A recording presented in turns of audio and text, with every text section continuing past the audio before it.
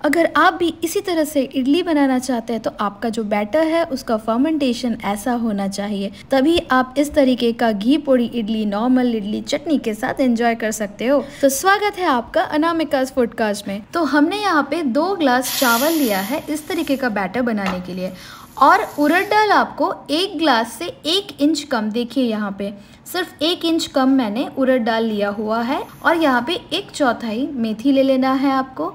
1 glass से थोड़ा सा 1 इंच से भी थोड़ा सा कम आपको पोहा लेना है। और अब आपको सब चीज़ें अच्छे से धो लेना है।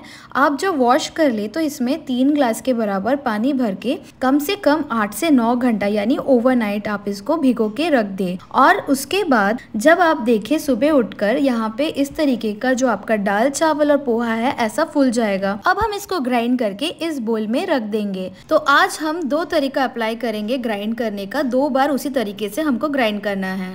2 बार हमको थोड़ा सा टाइट पीसना है और 2 बार आपको नॉर्मल पीसना है, थोड़ा सा पानी ऐड करके।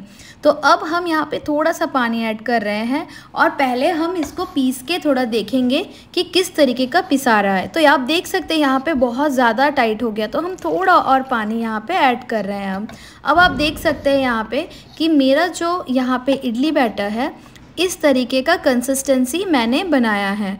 तो ये मेरा फर्स्ट टाइप था ग्राइंड करने का। इसके बाद जो हम ग्राइंड करने वाले इसमें थोड़ा ज़्यादा पानी डालेंगे और इसका जो कंसिस्टेंसी है वो इस तरीके का होना चाहिए। ये देखिए ऐसा फ्लो होना चाहिए। और जब थर्ड टाइम आप ग्राइंड कर रहे हैं उसका कंसिस्टेंसी ऐसा टाइट होना चाहिए वापस, और फोर्थ टाइम पे आपका वापस इस तरीके का कंसिस्टेंसी होना चाहिए। कुल मिला के आपका जो बैटर है वो ऐसा होना चाहिए। और हमेशा से आप स्पैचुला की हेल्प से 1 से 2 मिनट तक बैटर को क्लॉकवाइज डायरेक्शन में ही घुमाएं इस तरह से।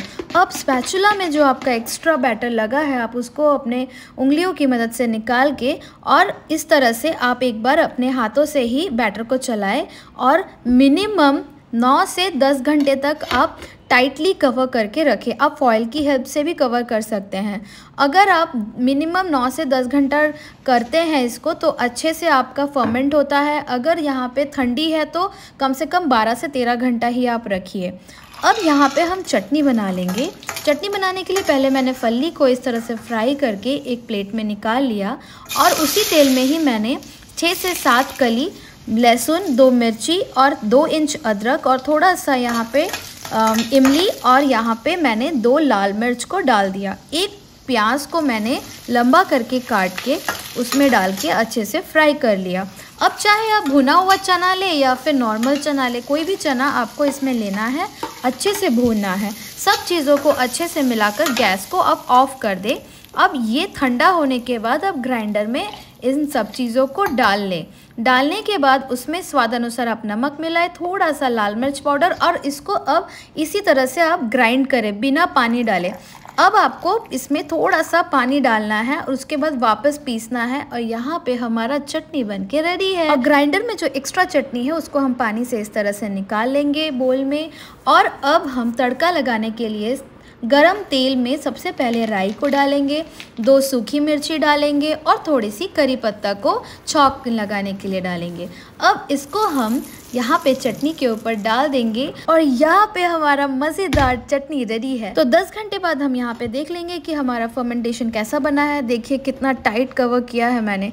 वाह, क्या बढ़िया फर्मेंट हुआ है मेरा इडली बैटर, आप देख रहे हो। अगर आपका जो इडली बैटर है इस तरीके का फर्मेंट नहीं होता है, जैसे रेनी सीज़न या विंटर सीज़न में कभी कभी प्रॉब्लम होता है, तो आप उस टाइम पे इनो यूज़ कर सकते हो। अब हमारा जो इडली मोल्ड है हम इस तरीके से घी या तेल लगा लेंगे और एक के ऊपर एक सांचे को रख देंगे। हमने यहाँ पे स्वाद अनुसार नमक को मिला लिया है बैटर में, और यहाँ पे इडली जो हमारा स्टैंड है उसमें मोल्ड में इस तरीके का हम बैटर को रखते हैं। और यहाँ पे जो हमारा इडली स्टीमर है उसमें मैंने पानी डाल के पहले ही उसको थोड़ा सा प्री हीट कर लिया है, गरम कर लिया है। अब एक एक करके हम यहाँ पे इडली का जो स्टैंड है उसको अंदर रख के कवर कर देंगे। मिनिमम आपको 15 मिनट तक लो से मीडियम आंच पे इस तरीके से रखना है। और जैसे ही आपका इडली बन जाए तो इस तरह से आपका जो आवाज़ है वो आने लगेगा और धुआं भी आएगा। अब आप कवर को हटा के देख लें कि आपका इडली रेडी है या नहीं। और इस तरीके का छोटा एक क्लॉथ लेके ही आप उसको होल्ड कीजिए, नहीं तो वो बहुत गर्म रहता है, आपका हाथ जल सकता है। अब इस तरह से सारा इडली का जो हमारा स्टैंड है उसको निकाल लेंगे एक एक करके। और आप ये इडली कम से कम 2 मिनट तक ठंडा होने दीजिए। और उसके बाद इस तरीके से चाकू की मदद से भी आप एक एक करके इडली निकाल सकते हैं। तो हम यहाँ पे अब इडली को देखेंगे कि हमारा इडली कैसा बना है। आप देख रहे हो बहुत ही सुंदर, फ्लफ़ी और स्पॉन्जी बना है। ये देखिए, मैं आपको तोड़ के भी दिखा रही हूँ यहाँ पे। वाव, बहुत ही बढ़िया तरीके से हमारा जो इडली है वो बना है। अब हम इस तरह से बाकी इडली को भी निकाल लेंगे। और आप अगर चाहे तो इस तरह से आप चम्मच की हेल्प से भी इडली को निकाल सकते हैं। अगर आपको लगता है कि चाकू से कट रहा है या फिर ठीक शेप नहीं आ रहा है तो आप चम्मच की भी हेल्प इस तरह से ले सकते हैं। अब हम यहाँ पे प्लेटिंग कर लेंगे। तो सबसे पहले हमने यहाँ पे चटनी रखा और हमारा जो नॉर्मल इडली है वो ये है हमारा पोड़ी पाउडर। इसका लिंक मैंने डिस्क्रिप्शन में देख लिया है, आप जाके देख सकते हैं कि इस पाउडर को मैंने कैसा बनाया है। ये हमारा घी। अब हमने यहाँ पे इडली को घी में रख कर यहाँ पे पोड़ी पाउडर में रख दिया। तो ये बन गया हमारा घी पोड़ी इडली। बहुत ही टेस्टी लगता है खाने में। तो यहाँ पे वापस हमने घी में इडली को यहाँ पे अच्छे से लगाया और वापस हमने पोड़ी पाउडर के ऊपर वो इडली को डाल दिया।